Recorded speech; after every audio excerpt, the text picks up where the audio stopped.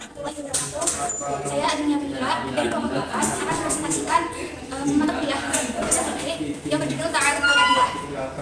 Mulai dari pengertiannya. Pengertian dari Ta'aruf al-Adillah menurut Abdul Wahab Khalaf secara bahasa, ta'aruf berarti bertentangannya sesuatu dengan sesuatu yang lain. Adapun secara istilah, ta'aruf adalah bertentangannya suatu hukum dengan hukum yang lain yang menghendaki sebuah ketetapan yang sama pada satu waktu.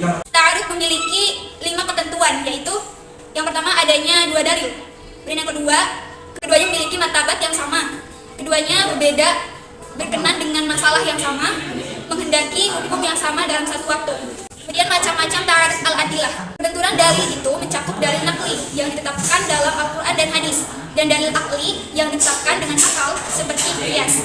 Selain itu, juga mencakup dalil qat'i yang kekuatan hukumnya meyakinkan, dan dalil dhanni yang kekuatan hukumnya tidak meyakinkan. Kemudian solusi perbenturan dari hukum itu ada 4. Yang pertama, mempertemukan kedua dalil yang diperkirakan berbenturan sehingga tidak terlihat lagi adanya perbenturan.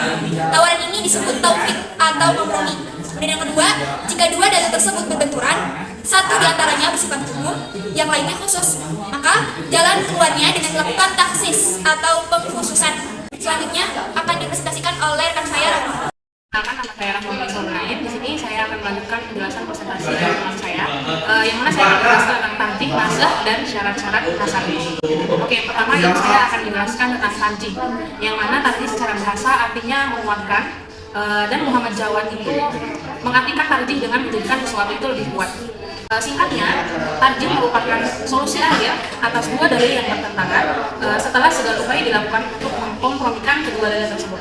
Kemudian selanjutnya saya akan menjelaskan tentang nasakh, yang mana pengertian nasakh itu secara etimologis ada beberapa makna nasakh.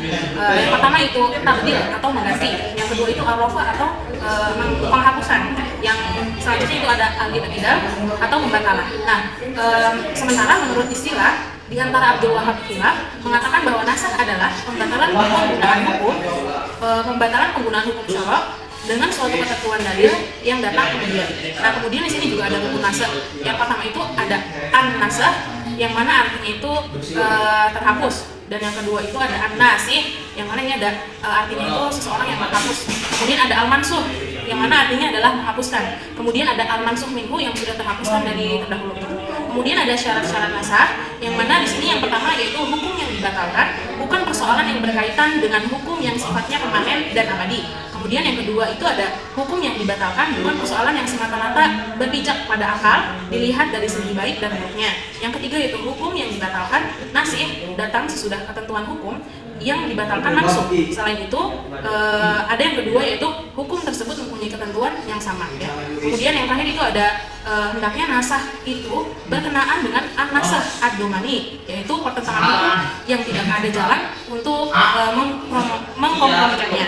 Sekian dari saya, selanjutnya akan dilanjutkan oleh rekan saya. Terima kasih.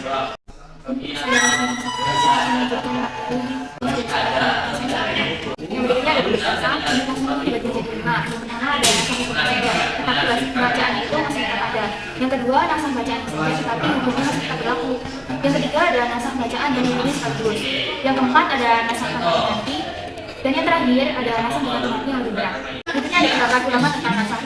Yang menolak teori nasakh salah satunya adalah Muhammad Abdul Ta'ala al-Jibri sepakat dengan makna nasakh sebagai pembatalan hukum. Tapi beliau mengatakan bahwa dalam pembatalan ini tidak terjadi dalam syariat, melainkan pembatalan terhadap syariat yang dibawa Nabi sebelum Nabi Muhammad SAW. Sekian presentasi dari teman-teman, kurang lebihnya mohon maaf. Terima kasih. Wassalamualaikum warahmatullahi wabarakatuh.